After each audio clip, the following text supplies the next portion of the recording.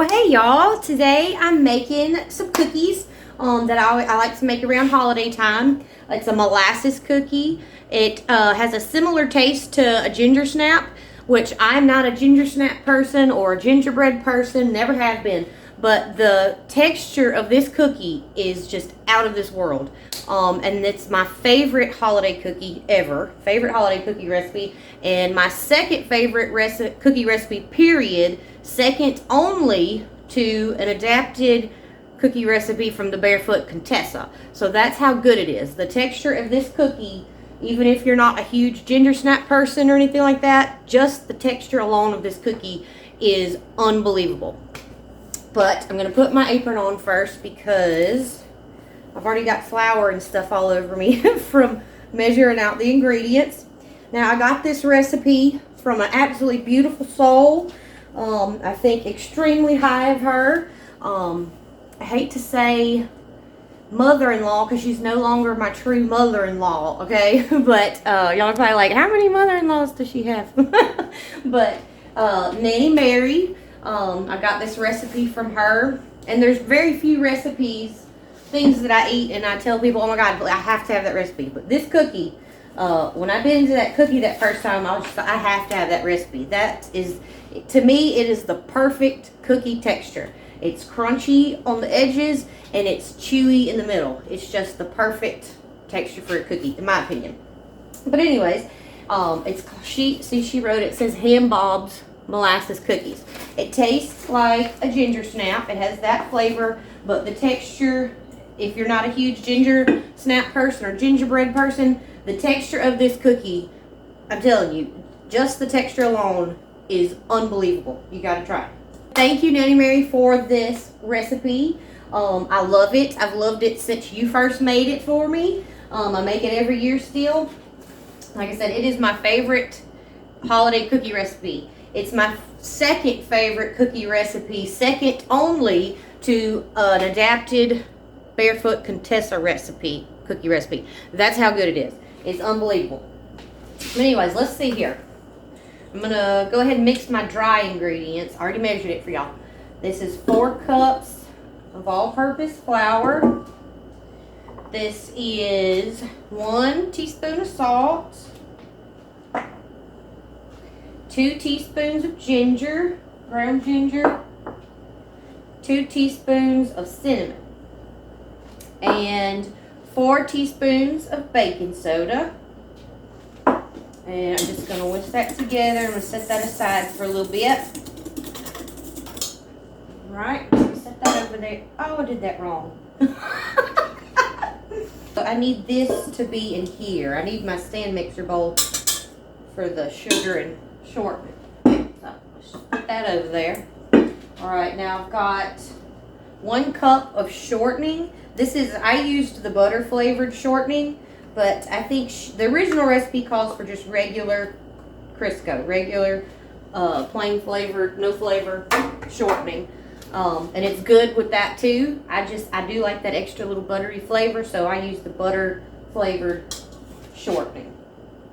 Now, let's see. Okay, now we're going to cream together our sugar and shortening. So this is 1.5 cups of just plain granulated sugar. I'm going to come over here to the stand mixer and just cream it together. Alright, so I've got my sugar and my shortening in here, and I'm just going to cream them together. I got to plug the mixer in. Let's try this again. There we go. Alright, so our shortening and sugar's creamed together. Now we're going to add our eggs and molasses. This is just 1 cup of molasses and 2 large eggs. And I'm just going to mix those together. So that's mixed together. I'm going to change this out to my paddle attachment. The cookie dough gets kind of thick. And I'm going to add the dry ingredients to what she says is the goo. So I'm going to add my dry ingredients. And make a mess too, apparently.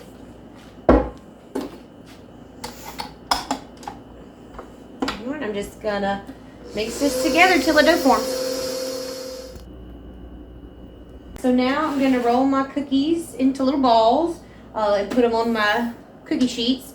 I'm just using just the little spoon that you use at the table, not an actual like measuring tablespoon, but the spoon that you use at the table. Okay, I'm gonna scoop them out about this much and just roll them into little balls.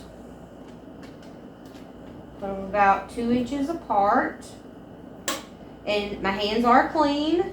And yes, my hair is down, but it's gonna be okay because I'm just cooking these for my family. And this recipe makes a lot. It makes a whole lot. On here it says about 4 to 5 dozen, and it does make a lot. But the dough freezes very, very well. That's usually what I do is I save some of it and roll it into logs and wrap it in saran wrap really well and put it in a freezer bag and freeze it, and it does really well like that. Okay, so I got the cookie dough rolled into balls. The cookies that I'm going to bake today rolled into balls. I'm going to bake them at 350 degrees for about 10 minutes. I'll let you know exactly how long I baked them. There's a certain way that they look when they're done, and I'll show you that when they're done. So I'm just gonna go bake these. While my cookies are baking, I took the rest of my dough, and I've got a piece of saran wrap here, and I just put it kind of form like a little log with it. Like I said, it freezes really, really well. I'm gonna take it and just roll it up. You can kind of shape it too. Twist the ends up. One of these I'm gonna put in the freezer. One of them I'm gonna put in the refrigerator. But I've done it for Christmas gifts also, as you know, give a little tin of the cookies already baked, and then give them a little log of the cookie dough and wrap it up in wax paper with a ribbon so they can bake them for Santa. I know when I used to do that, people really enjoyed that, so it's a Christmas gift idea. But here it is, some cookie dough.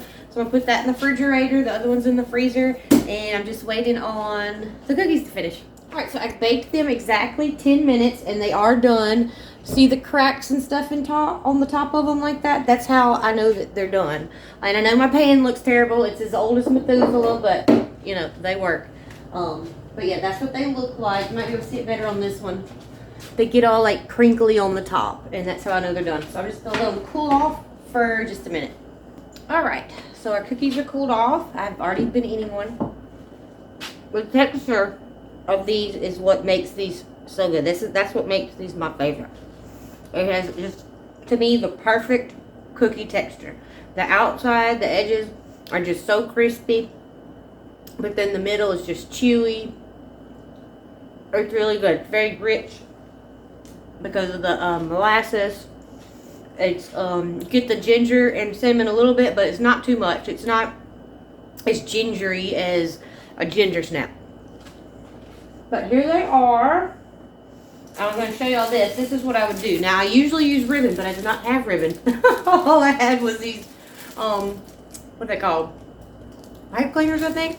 But anyways, I would wrap it up. Now usually I would tie the ribbon and stuff after the dough was already hard, and I would just make a little tag with the baking instructions on it and give them for Christmas presents, along with a little tin of the baked cookies and fudge or whatever else I was given. But people love that, so that's a cheap, really neat Christmas gift idea, I think. But anyways, thank y'all so much for joining me. I hope you enjoyed it. If you try these, let me know what you think of them, because I think they're just the best cookie ever. And Nanny Mary, thank you so much for the recipe. It's amazing, just like you are. I'll see y'all next time.